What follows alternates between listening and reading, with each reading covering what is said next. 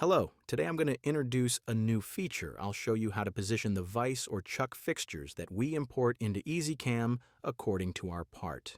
Let's start with the milling module. We've imported our part into CAD-CAM and loaded our vise, but their positions don't match.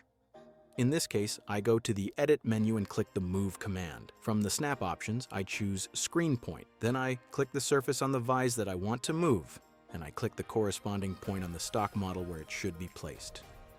In the Entity Discrimination section, I mark Surface, activate Verify Mode, and finalize my selections.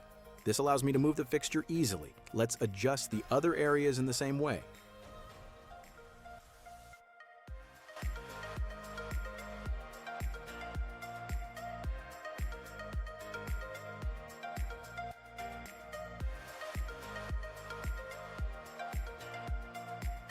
Now let's continue with a different example. If the directions are not aligned, CAD-CAM will automatically align the fixture's orientation with the stock during the move, and it will position the selected points so that they coincide.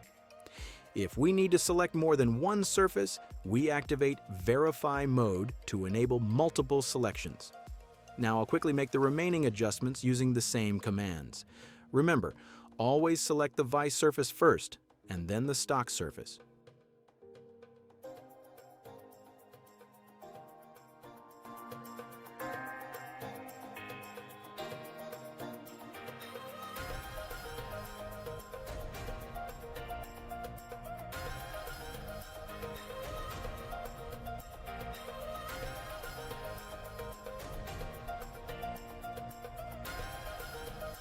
Now, let's take a look at this feature in the Turning module.